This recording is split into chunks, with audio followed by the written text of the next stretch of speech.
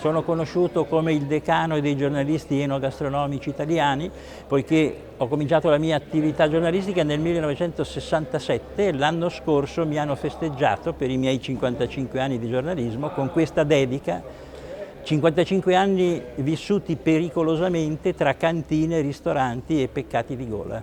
Tra i peccati di gola ci sono anche le bollicine, io sono amante delle bollicine, direi che per il 90% sia a casa che nei ristoranti, quando sono o da solo o con la famiglia o con gli amici, ordino quasi sempre uno spumante che per me va valorizzato anche con tanti piatti e soprattutto a tutto pasto. Questa manifestazione di Riva ha come obiettivo, direi, quello appunto di far conoscere questo mondo straordinario delle bollicine. Ormai le bollicine sono prodotte in tutta Italia, dalla Valle d'Aosta al Trentino Alto Adige fino alla Sardegna e alla Sicilia, grandi bollicine anche in Europa e nel resto del mondo.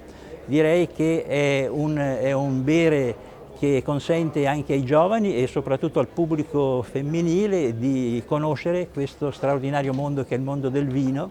Direi che negli ultimi tempi, tra l'altro, si stanno imponendo grandi marchi, sto pensando al Prosecco che ormai sta raggiungendo gli 800 milioni di bottiglie, si sta avverando la profezia di Gianluca Bisol che qualche anno fa disse fra poco raggiungeremo il miliardo e siamo molto vicini, così come c'è il boom del rosé. Io sono stato di recente ad un concorso internazionale con alcuni giurati anche francesi per i rosati.